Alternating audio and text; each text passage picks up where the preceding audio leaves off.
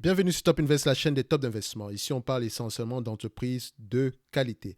Alors, est-ce que nous avons une opportunité d'investissement sur la compagnie Federal Realty Investment Trust? C'est la question à laquelle on va essayer de répondre en se basant sur les états financiers de la compagnie ici. Ceci représente uniquement mon point de vue et non un conseil d'investissement. Donc, la compagnie ici, qu'est-ce qu'elle fait? C'est une foncière américaine, d'accord? Donc, quand vous entendez foncière américaine, quand vous entendez d'ailleurs foncière, il faut savoir qu'est-ce qu'elle fait exactement. Est-ce que c'est l'immobilier résidentiel? Est-ce que c'est des bureaux, des tours de bureaux? Est-ce que c'est du commerce au détail? Est-ce que ce sont des centres commerciaux? Dans le commerce au détail, il y a également plusieurs sous-segments. Est-ce que c'est de l'immobilier industriel, notamment avec des entrepôts? Dans quel type d'entrepôt on a? Est-ce que nous avons ici des tours de télécommunications ou bien un réseau de fibre optique? Donc, quand on parle de foncière, il faut aller regarder qu'est-ce qu'elle fait exactement. OK? Donc ici, on ne va pas se limiter aux informations comme la croissance du dividende, etc. C'est très très bien tout ça, mais on veut savoir ici, est-ce que le prix qu'on va payer ici actuellement va nous permettre de pouvoir maximiser notre rendement par rapport à notre coût d'acquisition. OK? Donc, quand je vais regarder ici directement, je prends en considération ici une chose. Je vais regarder la croissance des revenus, histoire de voir à peu près quelle est la croissance, le volume de croissance sur les dernières années ici, pour voir si on est une entreprise qui est en pleine croissance. Donc, en termes de croissance ici, pour les revenus, alors, on est là. Boum. OK. Donc, croissance des revenus ici, nous avons des revenus croissants à peu près de 5,75%. D'accord? Quand on regarde ici par rapport à peu près sur les 5 dernières années, la croissance est de 3,29%. Et sur les 3 dernières années, nous avons à peu près 1,18% de croissance. Donc, croissance est là, même si elle tend à diminuer, mais il y a quand même de la croissance. Maintenant, il faudrait savoir, est-ce que c'est par acquisition, est-ce que c'est de manière organique? C'est la question à laquelle vous allez essayer de répondre en lisant les rapports financiers. Donc, après la croissance des revenus, qu'est-ce que je vais observer ici? Le nombre d'actions. Je veux savoir, est-ce qu'elle augmente de plus en plus ses actions ou bien elle est à peu près un nombre d'actions à peu près stable? On a à peu près 2,43% ici de croissance par rapport au nombre d'actions. Donc on est à peu près stable sur cette longue période de temps. En tout cas, sur les 5 dernières années, on a 1,72% ici. Donc le nombre d'actions augmente de 1,72% chaque année. Pourquoi? Est-ce que l'entreprise émet de nouvelles actions pour se refinancer ou bien elle émet de nouvelles actions pour faire des acquisitions? OK? Donc, une fois que ça c'est fait, maintenant, qu'est-ce qui nous manque ici? On va regarder le niveau de dette nette. Alors, le niveau d'endettement de la compagnie ici, on va regarder le niveau d'endettement de la compagnie ici sur une longue période de temps également. Donc, on prend ça. Est-ce que la dette nette augmente année après année? Oui, la dette nette augmente année après année par rapport au dernier trimestre. La dette nette au dernier trimestre, ici, on a à peu près 4 milliards de dettes. Et je vous ai dit que la dette, c'est très important pour une compagnie immobilière. C'est pas parce que c'est une compagnie immobilière qu'elle doit prendre n'importe quoi, elle doit avoir une dette assez élevée. Non. Prenez toujours en considération la valeur, prenez toujours en considération la dette quand vous étudiez une compagnie immobilière. C'est très important. Sinon, vous serez à côté de la plaque. OK? Je sais qu'elle a besoin de la dette pour pouvoir faire des acquisitions, mais également cette dette-là vient avec des intérêts. D'accord? Et tôt ou tard, elle va devoir rembourser le principal de la dette, soit en se refinançant, et bonne chance pour elle si elle se trouve dans un environnement où les taux d'intérêt sont très bas, ou en vendant uniquement en vendant l'actif sur lequel on a par exemple une hypothèque afin de pouvoir prendre la différence en termes de valorisation, si différence il y a bien sûr. Donc ici, en termes de dette nette par action, donc parce que je vais prendre ici la valorisation directement. Donc la dette nette par action ici, on a à peu près à 50, pas sur le dernier trimestre, à 50,47, donc à peu près 50,47 dollars par action, donc 50,47 dollars par action comme dette nette. OK, donc ça c'est une autre méthode ici. Bah, ça reste à peu près la même parce qu'on fonctionne ici avec le nombre d'actions directement. Donc c'est comme si le revenu ici, au lieu d'avoir un revenu à 302 millions, on va trouver le revenu par action, on va trouver le free cash flow par action, ce genre de choses-là. Donc, je vais directement passer par ce raccourci-là. Donc, on a à peu près 50,47, donc 50,47 dollars par action. Ici, maintenant, au niveau de la valorisation, qu'est-ce que je vais prendre? Alors, on constate ici que c'est une entreprise qui fait croire que c'est AFFO de près de 4,31% sur cette longue période de temps-ci. Quand on va sur les 10 dernières années, croissance de 3,36% pour les AFFO, OK? Et quand on va sur les 5 dernières années, on a 1,96%, donc la croissance tend à ralentir, OK? Donc les analystes ici, qu'est-ce qu'ils pensent? Les analystes ici espère qu'on aura à peu près des bénéfices nets à peu près aux alentours de, voilà, ici, quand je prends cette partie-ci, excusez-moi, ouais, des bénéfices des AFFO, excusez-moi. Ils espèrent qu'on aura des AFFO au niveau de 5,55%, 5,55 dollars par action d'ici 2024. OK? Ça, c'est ce qu'ils pensent. Donc, est-ce que ces analystes ont l'habitude d'avoir des bonnes prévisions sur cette compagnie-ci? C'est une foncière, donc généralement les prévisions sont plus ou moins correctes. Donc ici, vous pouvez constater que 85% du temps, ils ont raison avec plus ou moins une marge de 20% d'erreur. OK?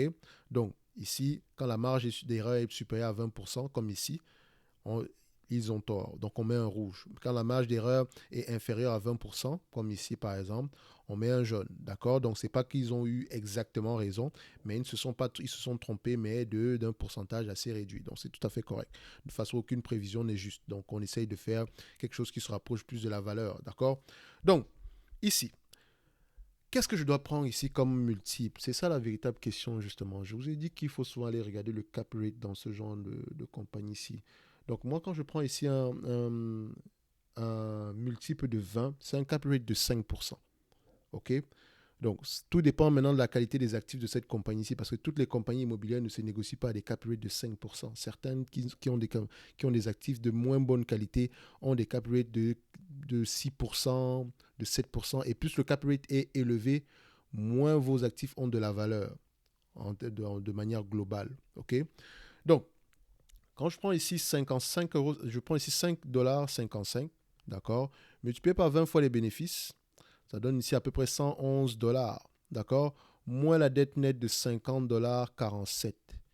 Ça donne ici une valorisation de combien? 60 dollars 53. Donc cette entreprise-ci pourrait être intéressante uniquement aux alentours de 60 dollars 53. Au prix actuel, elle n'est pas intéressante parce que le prix actuellement n'inclut pas la dette. Ce qui veut dire qu'en date d'aujourd'hui, voilà, je ne pourrais pas investir de manière, je ne pourrais pas avoir l'esprit tranquille en investissant sur cette compagnie-ci. Le niveau d'endettement est tout simplement, enfin pas qu'il est élevé, mais on doit toujours le prendre en considération dans la valorisation de la compagnie ici. Donc aujourd'hui à 60,53 €, à 111 euros, ça ne sera pas une opportunité d'investissement parce que ce prix-là n'inclut pas n'inclut pas ce prix-là n'inclut pas la réduction de la dette ici. OK? Donc, si l'entreprise venait à vous distribuer la totalité des free cash flow en termes de dividendes ou bien la totalité des AFFO en termes de dividendes, vous aurez un rendement de 4,8%, 4,08%. Maximum. Il n'y a pas d'affaire de on va augmenter le dividende pour X années. Non. Ici, si on prend la totalité de dividendes, la totalité des AFFO et qu'on vous le donne en free cash flow en dividende ici aujourd'hui, vous aurez un rendement de 4,08%. C'est pas énorme. Même si vous ajoutez la croissance dessus, vous avez vu que la croissance est en ralenti sur les dernières années, vous constatez ici que l'opportunité n'est pas waouh. Le dividende en lui-même, il est de 3,87%. OK. Donc, est-ce qu'il est safe? Je dirais qu'il est safe. En date d'aujourd'hui, on paye à peu près un dividende de combien? De 4,30 €. D'ici 2024, on aura à peu près un AFFO de 5 euros, 5,55 $. Excusez-moi, je quitte des euros au dollar en fait. C'est parce que voilà, tu traites beaucoup avec d'entreprises européennes. Après, il faut reparler d'entreprises américaines. Donc parfois, je peux me tromper. Donc ici, en termes de payout ratio, donc ce payout ratio là, si d'ici 2024 sera aux alentours de combien? Il sera aux alentours de 79% par là. Donc 79%, 77%. Donc ils ont la possibilité de pouvoir payer ce dividende là, qui est de 3,87% ici. Donc le dividende est durable. OK? Est-ce que je dirais que le dividende est safe? Il n'est pas en danger de toutes les façons, mais on est sur la borne supérieure, vraiment niveau plus plus. Donc au prix actuel, en fait, ça ne sera pas intéressant pour moi d'y investir. Parce que s'il y a un problème au niveau de l'augmentation d'un taux d'intérêt, par exemple, enfin, même pas un problème, parce que c'est normal. Si les taux d'intérêt augmentent, l'entreprise aura du mal à se refinancer à des taux d'intérêt attractifs. OK? Donc, ce qui pourrait entraîner une augmentation des intérêts sur la dette. Et si on a augmentation des intérêts sur la dette, ça ferait une diminution du AFFO. OK? Donc, au prix actuel, je ne peux pas prendre le risque d'investir dans cette compagnie-ci. Au mieux, c'est à 60 euros que 60 dollars, je pourrais peut-être commencer à réfléchir. OK? Donc, ceci n'est que mon avis. Vous pouvez avoir un avis totalement différent et je respecte cela. De toutes les façons, il y a de meilleures compagnies sur le marché, sur les foncières, sur lesquelles quand vous enlevez la valeur, le total de la dette ici, le prix est tout simplement correct. Par exemple, les entreprises comme Realty Income, qui est bizarrement, si quelqu'un, je ne sais pas une entreprise qui m'intéressait, mais à force de la regarder, je me rends compte qu'ils arrivent à très bien à se gérer.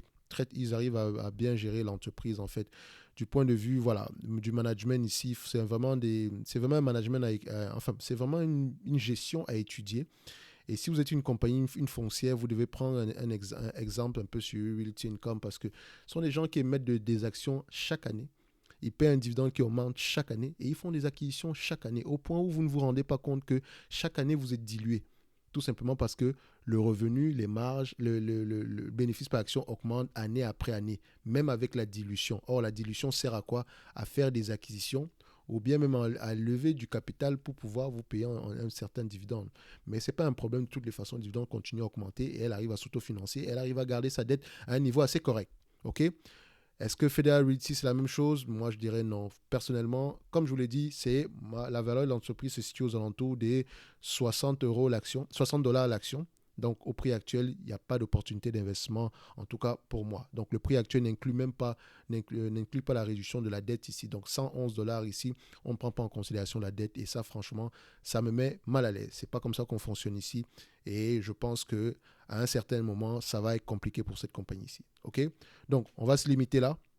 Et on va se donner rendez-vous sur la prochaine vidéo. Et encore, je ne sais pas. Juste une parenthèse. Peut-être qu'également, elle peut se faire acheter à ce prix-ci. De toute façon, il y a une entreprise ici qui ne fait que faire des acquisitions. L'entreprise s'appelle Blackstone. Blackstone fait beaucoup d'acquisitions dans le domaine résidentiel aux États-Unis ces dernières années.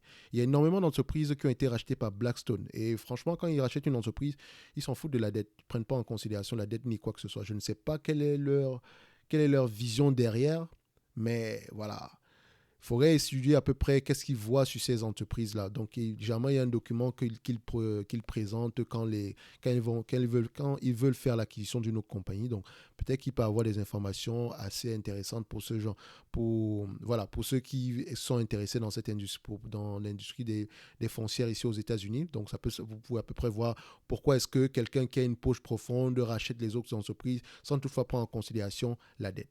OK?